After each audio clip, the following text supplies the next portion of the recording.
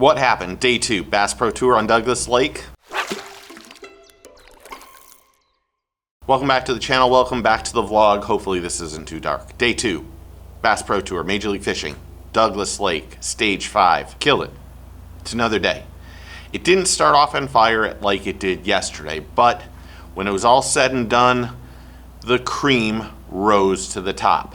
It was a great day. This is another great tournament for the Bass Pro Tour. If I have any negatives, I think the one problem, and I've said this before, I think a lot of people agree, is that when the anglers get so far ahead in the qualifying rounds, they stop fishing and they go pre-fishing or looking for new spots. And I would like to see, as a bug lands on me, I would like to see the anglers, instead of getting an automatic bid for first place, I'd like to see them just get a monetary bonus, and that they have to qualify through the knockout round to make the championship round. Now remember, there's 66 anglers that competed today. The top 30 get paid at least like $10,000 or $11,000. The top 20 move on to the knockout round. The person who comes in first place automatically skips the knockout round, gets an automatic bye, goes right to the championship round. There is some strategy that comes into play. Do you want to compete, or do you want that automatic bye? Because a lot of anglers this year that have gotten the bye do not do well on that championship round. However, I think Kentucky Lake is the place where this changes. Jacob Wheeler smashed them again today. Now they had a boat, they had a cameraman with Justin Lucas, and he realized if he had 80 or 90 pounds that he was gonna qualify automatically. He got that 90 pounds and started pre-fishing for the next day. Knew he wasn't gonna win the qualifying round, so why not just go out there and try to find new fish? That's what he did. But if you missed any of today, early on in that first hour or two, Jacob Wheeler gave a master class on how he finds and fishes, how he positions his boat in the correct place so that he doesn't scare the fish, that they're in the right area when water is being pulled or there's a water flow. And if you missed it, take the time, go on there, watch the rebroadcast, and just listen to what he says, because it's phenomenal. Now I'm going to read some of this.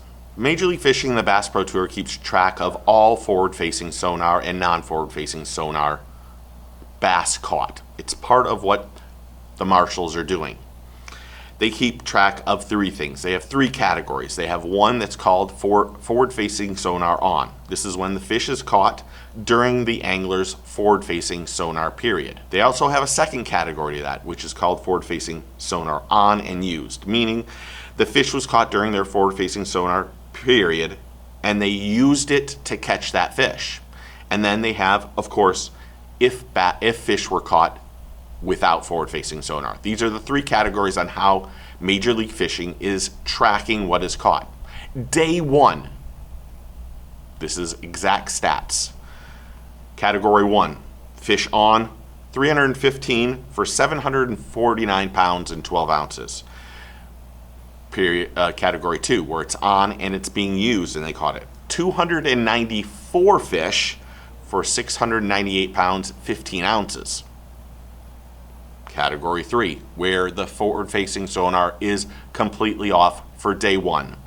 They caught 676 fish for 1,568 pounds, 10 ounces. You know what that is? That's a mic drop. Anyone saying that these guys need to use forward-facing sonar to catch fish, you're right, some of them do. But these guys on Major League Fishing are proving that they don't have to use it all the time and that they are catching more fish without it. So get the narrative out of your head, because I don't like forward-facing sonar as much as a majority of you. But we need to be respectful on what's going on. Everyone's entitled to their opinion, but everyone has an opinion and everyone has that other thing. So don't assume you know the stats and that you know everything, because you don't know everything. So some of the surprises today is Edwin Avers had a